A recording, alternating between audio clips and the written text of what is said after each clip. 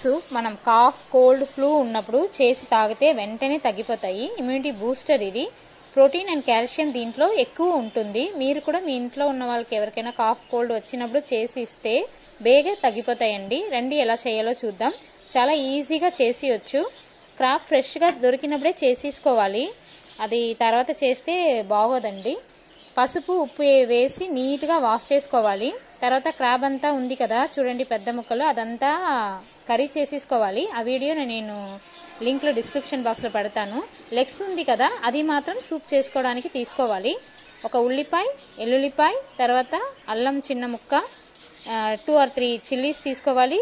కరివేపాకు కొంచెం తీసుకోవాలి. పెప్పర్, జీలకర్ర, తర్వాత ఒక టొమాటో తీసుకోవాలి. అన్నీ కూడా ఒక్కొక్కటిగా కట్ చేసుకొని మిక్సీలో యాడ్ చేసుకోవాలి.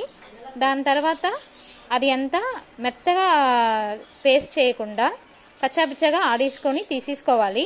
ఒక ప్యాన్ పెట్టేసి 2 స్పూన్స్ ఆఫ్ ఆయిల్ వేసేసి దాని తర్వాత మిక్సీ చేసుకున్న ముద్ద ఉంది కదా అది వేసేసుకోవాలి. బాగా ఫ్రై చేసుకోవాలి.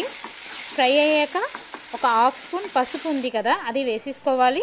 దాని తర్వాత 1 స్పూన్ ధనియాల పౌడర్ వేసేసుకోవాలి. బాగా ఫ్రై చేయాలి. అంటే పచ్చివాసన పోయేంత దాకా ఫ్రై చేయాలి. తర్వాత ఒక్కొక్క క్రాబ్ ఉంది కదా లెగ్స్ అది ఇలా దంచి తీసేసుకోవాలి. ఒక్కొక్కటిగా తీసేసుకొని అంతా దంచేసాక ఒక 2-3 క్రాబ్స్ మాత్రం నేను అలా ఫుల్గా తీసేసుకున్నాను. అది హాఫ్గా బ్రేక్ చేసేసి వేసేసుకున్నాను. ఫ్రై అయింది కదా దాంట్లో వేసేసుకోవాలి. దాని తర్వాత అంతా బాగా మిక్స్ అయినట్టు కలిపేసుకోవాలి. కొంచెం ఉప్పు వేసుకోవాలి. తర్వాత వాటర్ 1 స్పూన్ 1 లీటర్ వేసేసుకోవాలి.